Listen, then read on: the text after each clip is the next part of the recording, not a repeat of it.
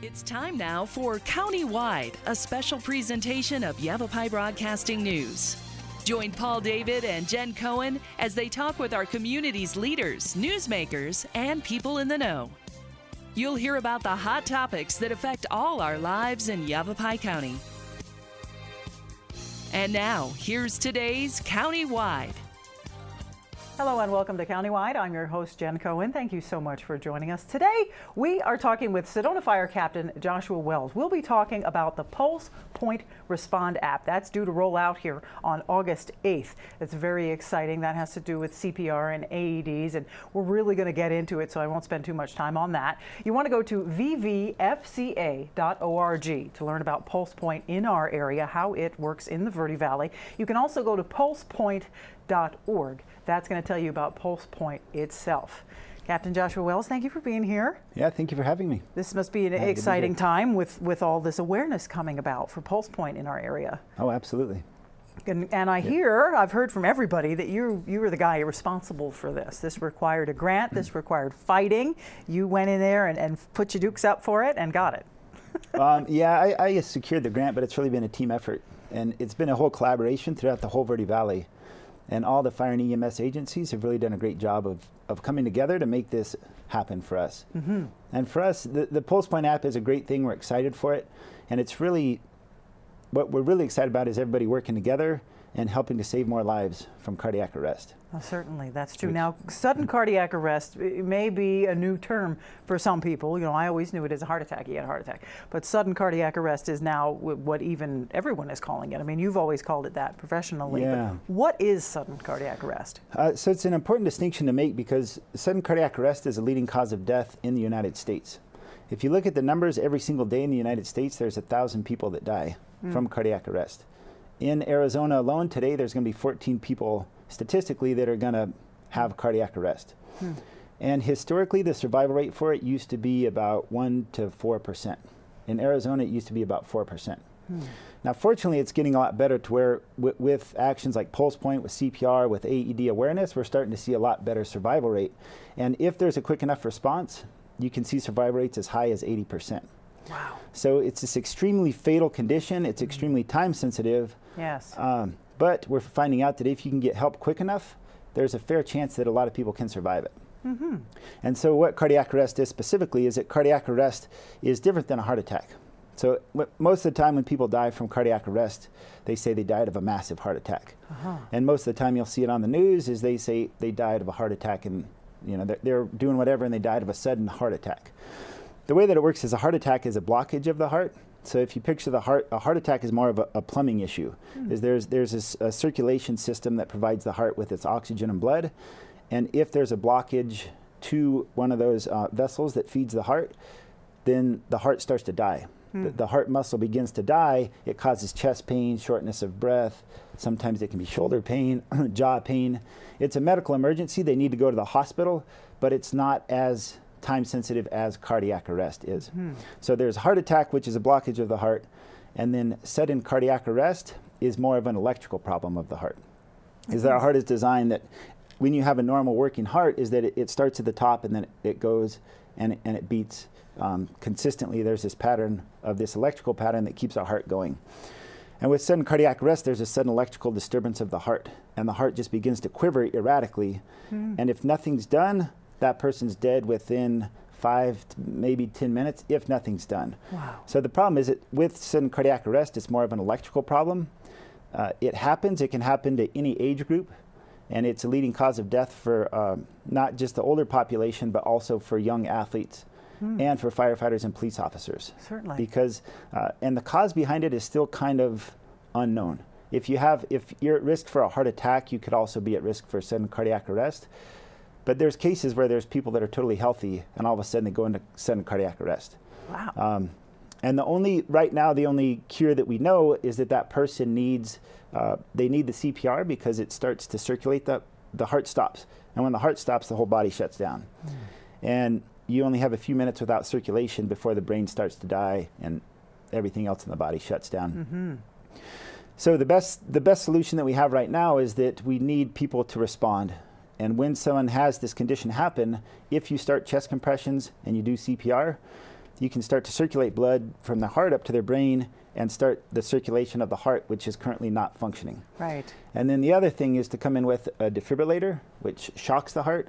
And the purpose of that is to bring it back into a normal rhythm. So it's sitting there, it's quivering because it's not working right. And if you can shock that heart, you can convert it so that it'll go back into a normal rhythm. Excellent.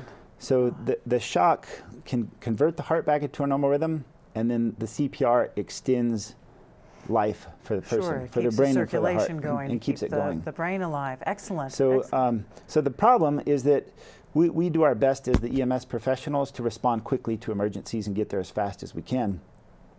Unfortunately, because of either staffing or our location or where the person is, especially in these rural communities such as the Verde Valley, we can't always get there in time. And cardiac arrest is extremely time sensitive. They say that for every minute that CPR is not done, that person's chance of survival goes down by 10%. So we try to say that the best survival is if you can help that person within the first 5 minutes. And with that, that's where you see the highest chance of them surviving. Wow. So the more educated folks we have out there, the more folks who can do CPR and are AED familiar, the better chances of our neighbors, friends, relatives, you know, the guy next door surviving, while we're waiting for you to arrive, because there's always going to be some time between there. So this is keeping them alive for you to get there. Yeah. Yeah, so there's steps that keep people alive, and everybody that we've seen survive, there's been a lot of people that have survived here in the Verde Valley, Sedona, the whole area, is because somebody was willing to jump in and start the process before we get there. Right. If people don't, a lot of times people are afraid, they don't know what to do, they're intimidated by these AED machines, or they don't want to start CPR because they're afraid they're going to hurt the person. And when they don't do that, we're way against, our chances are significantly less of saving them by the time we show up. Right. And again, we strive to get there as soon as possible. Many times we can have a really fast response, but there can be traffic delays, there can be other calls. There's a lot of things that can get in the way of that person getting that care right away. And CPR has totally changed since the first time I got certified. It's totally different now. It's chest compression only, so no more kissing anyone. It's not necessary to kiss strangers anymore. Yeah, it hasn't totally changed, but it's changed in terms of the priority's been focused on chest compressions as opposed to breathing. There's still a time and place where breathing is adequate, and breathing is totally, there's a time and place when breathing should be done. And that's why we recommend people get a formal CPR training, because with the training we teach you how to breathe, when to breathe, and the best way to do it. But our default for the general public is that sometimes, like, when did you say you were certified? Oh, the first time? Or I guess the last time. The last time? 2 years ago. Oh, that's good. But for a lot of people, that they haven't been certified in several years, or they go through a class and they totally forget what to do. So, and then all of a sudden there's somebody in front of them that needs it, and they stress out and they're afraid to use the skills that they learned.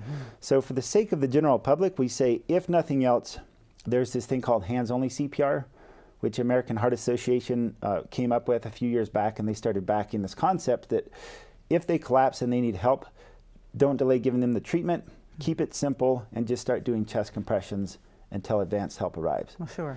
This applies to most people that have cardiac arrest, and it applies specifically to adults. With children and infants, breathing is more of a priority. Okay.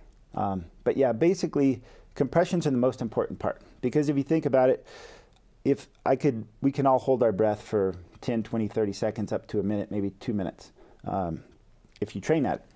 But getting your heart to stop for even 10 seconds is almost an impossible thing to do. Wow. Unless you're like a monk or someone that trains, some type of yogi. But being able to stop your heart isn't something, as soon as our heart stops, the whole system shuts down, and death is imminent if our heartbeat doesn't begin again. Okay, all right. Well, we've got a little bit of a demonstration coming up. We're going to take a short break. Check out Pulse Point Respond app. It's really, really awesome. Go to vvfca.org or pulsepoint.org. We're talking with Sedona Fire Captain Josh Wells. You can email him too at jwells@sedonafire.org if you want to sign up for a CPR class. So don't go away. We'll be right back.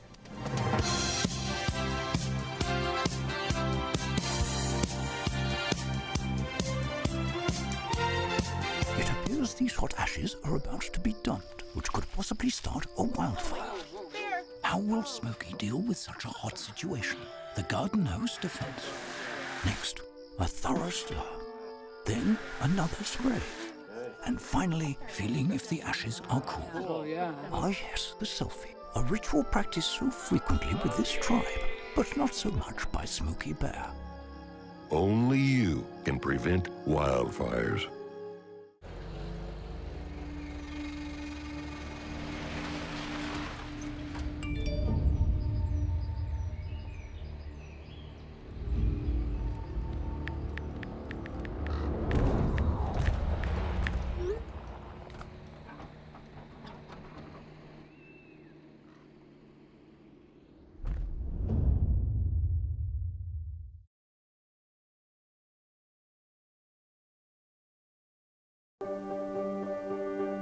Being prepared is a part of who you are, but it's especially important in the case of a disaster. Be informed about possible emergencies in your area. Make a plan that covers where you'll go in an emergency. Build a kit with the things you need to survive. There's no one more capable of planning for your situation than you. Start your plan today. Go to ready.gov/myplan.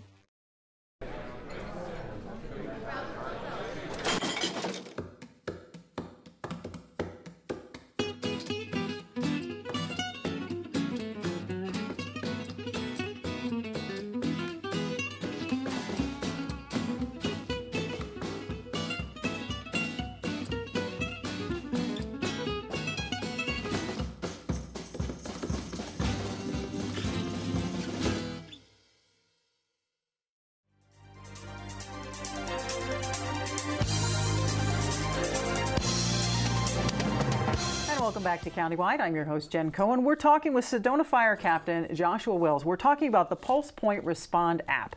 It's an app that you'll get on your phone if you're CPR trained and you're familiar with an AED device and you're willing to help out when someone experiences a sudden cardiac arrest. That's what we're talking about today. The app is being rolled out next week. A big opening. You can sign up for it. It's going to be awesome. Now, Josh, you're going to do a little demonstration for us on our wonderful little partial dummy here with our AED device. Those of you that are listening on the radio, go to myradioplace.com and click on the Countywide tab, and you'll be able to see this later on. Just don't do it while you're driving. You All right, advise Josh. against that. Yeah. Yes, absolutely. Take it away. Okay, so I'm going to give you guys a quick demonstration, and for those of you listening on the radio, hopefully everything comes across clear enough that you understand it. If you listen on the radio, we've got a mannequin in front of us and an AED trainer. I also have my phone to demonstrate how Pulse Point could work.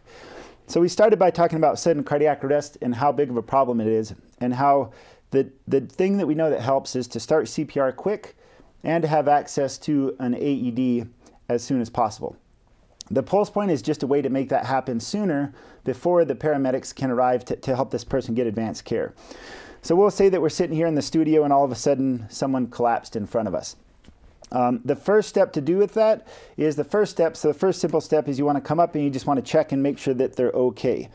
This is one of the most difficult parts to do in CPR because it can be really highly stressful. If you're in a public location and somebody collapses right in front of you, I've been there before, both on duty and when I'm off duty, and it causes a lot of stress and anxiety, and you don't want to think that that person's going to die in front of you, because it's not something you really want to face. But we're trying to train people that if somebody collapses, you have to be willing to step in, you have to be willing to respond. Even if you haven't had CPR training formally or you don't have your certification, you can still help this person because there's these simple steps that I'll share with you. So if someone suddenly collapses, the first thing that we do is we come up and we tap them, we shake and shout. So we just tap on the shoulder, we say, "Are you okay? Are you okay?" Now what we're checking here is we're looking at their chest to see if they're breathing. If there's obvious normal breathing, that person's probably okay. And if they don't respond right away, you want to have somebody call 911 because you want to have advanced help coming right away. The other part about calling 911 is that the dispatchers are trained that they can help you assess this person, and if you have to do CPR, they can help you. So make sure that you call 911 or tell somebody to call 911 right away if you do. And when you do that, you can use your phone and put it on speakerphone if you're by yourself, and that way you can free up your hands in case you have to do CPR. So the quick assessment we do is we have them, if they're on a bed or if they're lying on their side, you have to get them on their back and you have to get them on a firm surface, because if this person was laying on the table in real life, this wouldn't be the best place to do CPR. We'd have to get them on the floor, because to do effective CPR, they have to be on a good, firm, flat surface. But what determines if they need CPR or not is if they are breathing. If they're not breathing, or it's abnormal breathing, is one of the first things that you're going to check. If they're not breathing, or they just have this slow, shallow gasping, that would be a time to start CPR. The other thing is, if you're trained in it, you can check a pulse, but you only check a pulse for a few seconds and then start CPR if there's any doubt. We're trying to get people to start as opposed to just hesitating and waiting for help to come. So the biggest thing is breathing, and then the other thing is movement, that if they have purposeful movement, they're most likely not in cardiac arrest. With cardiac arrest, if you ever see this, which I hope you don't, but if you do, I hope you're able to respond, you hear this saying, they just look dead. Because their heart's not working normally, their skin color becomes pale, and they start to get kind of a bluish color around their lips and their face. And there's a way that they look that you just know you have to start CPR a lot of times. Okay, so we've decided that we've got to start CPR. Yep. So now what do we do? You have to start CPR. So first step is check them. You hit them on the shoulders. You're assessing to see if there's movement and there's breathing. If there's not breathing, then you would start, you put one hand on top of the other, and you put your arms straight. And then you're on the side of this person's body. You put one hand in front of the other. You go right in the center of their chest, and you start doing chest compressions. So you go down about 2 inches, and then you allow the chest to come back up fully. And there's a song that goes with this beat. Do you know what it is? They're Staying Alive. Yeah, How you remember. perfect is that? You remember from your class. The beat of Staying Alive. Yeah, so the beat of Staying Alive, the old song by the Bee Gees, is the exact tempo of 100 beats per minute.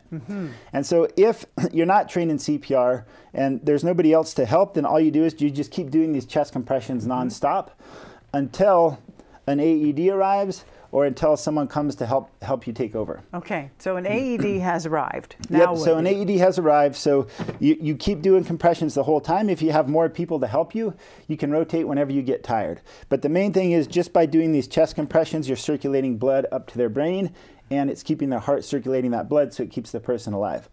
So keep doing compressions. The AED arrives, and the first thing about the AED is all you have to know is that you turn it on. You want me to go ahead and press the green button, turn it on. This is only a trainer, and there's AEDs that are all sorts of different colors, a little bit different designs, but the concept is the same. Okay. So throughout the Verde Valley, there's a lot of green ones. There's a few other manufacturers that make them also. But the first step is always, I guess the first step is you have to call for it and know where it's at. Okay. So assuming that you called for it at the beginning, you know where it's at, someone brings it. What you do is you press the power button, you keep doing CPR. If somebody's available to keep doing CPR, you have them do that. Ooh, it talks to you. It tells you what to do. These pads have pictures on them. So you would put this where the pictures show you to tell them. The picture tells you what to do. Great. And then if you have to plug it in, plug-in connector. You'd plug it in there. Sometimes go. you don't have to plug them in, they're already plugged in. But for this trainer, that's what it requires. So it analyzes and it will, and it'll tell you when to. So now it tells you, it'll talk you through everything. Okay, great. We've only got a few seconds before we have to take a break. So now. Okay, so if it advises you to give a shock, then once it's time for the shock, you would just press the shock and then immediately go back to CPR. So it's telling you to give a shock. You want to make sure you don't touch a person, so I've got to come over here, press the shock, and you'd go right back to CPR. And then you go right back into CPR. Right back to CPR. So that was easy. So the basic steps: check the person, call for help by calling 911, start CPR, and then call for the AED early and use it if it comes. There we go. Wow. So there's your crash course in CPR you're all certified and now. AED function. Wow. Awesome, Josh. Well, we've got to take a quick break. Go to vvfca.org. Check it out. That's Pulse Point in the Verde Valley. What's going on here? Go to pulsepoint.org to learn more about Pulse Point itself. We've got to take a very quick break, but we'll be right back, so don't go away.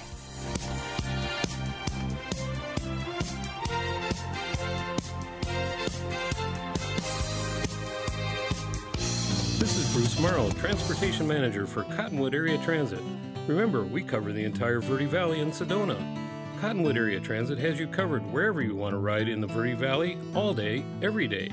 Take Cottonwood Area Transit through Clarkdale, Verde Village, and from 26 locations in Cottonwood. With Verde Links, it's a quick and easy trip to Sedona every day. Don't forget our connectors to Camp Verde. Visit cottonwoodaz.gov for Cottonwood Area Transit and take a seat. Let's go ride.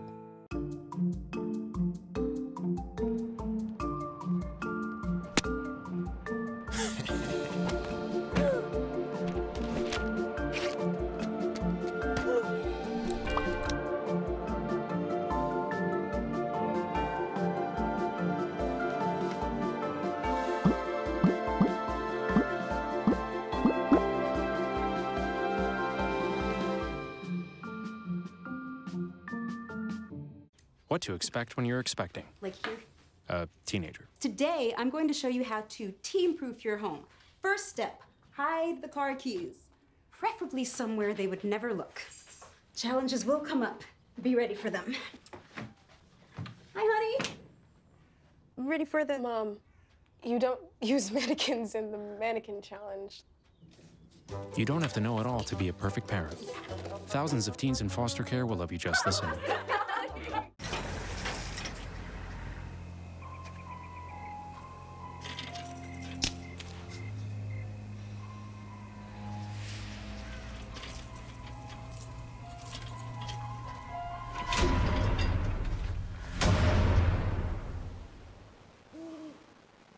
If you don't fix them, sparks from dragging tow chains could cause a wildfire, and that could be scary. Ah, Smokey! Only you can prevent wildfires.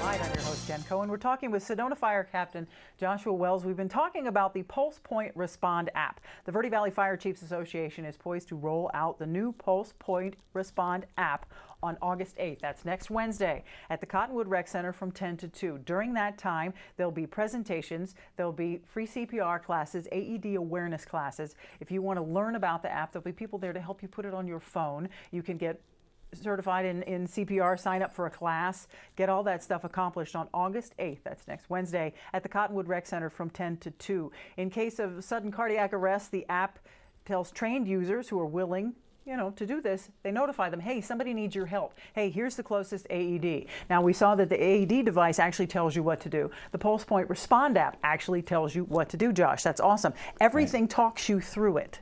Right. Between the 911 dispatcher, the AED device, the Pulse Point app. You're not alone. You've got 3 things happening that are all telling you exactly what to do. And you can't do it wrong with the AED. Right. So that's an important point to make, is that the AED, it's automated to interpret whether or not that person needs a shock. So it's not going to shock somebody that doesn't need a shock. A lot of times people are intimidated because they think they're going to hurt somebody by using it. But they're designed so that they read if the person's in sudden cardiac arrest and if they're in that rhythm where the heart's quivering. If they are, then it'll shock them, but if there's any other rhythm, it won't shock them. Mm-hmm. So if this was a real AED trainer and we wanted to put it on during the show and try to shock each other, it wouldn't work. It wouldn't. Unless one of us suddenly went. We can stop I don't recommend doing that. No, right. So you're not going to shock someone who doesn't need it. And the other thing is that you don't have to have a current CPR certification to use it. Mm-hmm. You're covered under the Good Samaritan law, so don't be intimidated by these machines if you ever need it. Mm-hmm. And what we'd like to see is that even when somebody doesn't need CPR, say somebody passes out at a sports, maybe on the soccer field, just start getting the habit of, where's the AED, let's grab it and bring it. Mm-hmm. You may not need it, but at least you're getting in that habit, so when you do need it, you're ready for it. Absolutely. All the tools at your disposal, if you've got them, use them. Now, go ahead. So that's part of the Pulse Point app, is that it maps all the AEDs that are out in the community. And so part of the app is that there's the Pulse Point Respond, which if there's a cardiac arrest within a quarter mile, it'll notify anybody that has the app so they can go and help that's in a public location within a quarter mile radius. Mm-hmm. The other part is going to show where the closest AED is. So like right now, we just pulled it up and shows that there's an AED next door. Mm-hmm. So if you needed it here, you could run next door or send somebody next door to grab the AED and then start CPR. Super. So you definitely want to check this out, vvfca.org, the Pulse Point Respond app, pulsepoint.org. If you are trained in CPR and you are willing to assist, grab the Pulse Point app, have it on your phone. It will notify you, hey, someone needs your help, here's the closest AED. You can get started on life-saving measures while the first responders can respond, and you can help save somebody's life because, for every second, every minute that goes by, I mean, your chances decrease, and 1,000 people a day in the United States. That's awful, Josh. Yeah, if you compare it to, like, if 1,000 people, that's equivalent to about 3 jumbo jets. Phew. And if every day there was 3 jumbo jets crashing and people dying, it would be all over the media and news every single day with huge awareness and safety campaigns. And cardiac arrest, unfortunately, doesn't get as much awareness in terms of how we can train people. That's right. And currently, our best solution is to train the community so that they can help us to help people survive. There you and go. there's a lot of people that are surviving now as a result. Good. That's all the time we have for Countywide. Thank you so much for being here, Josh. Go check out those websites. Check out myradioplace.com to see the footage. We'll talk to you next time.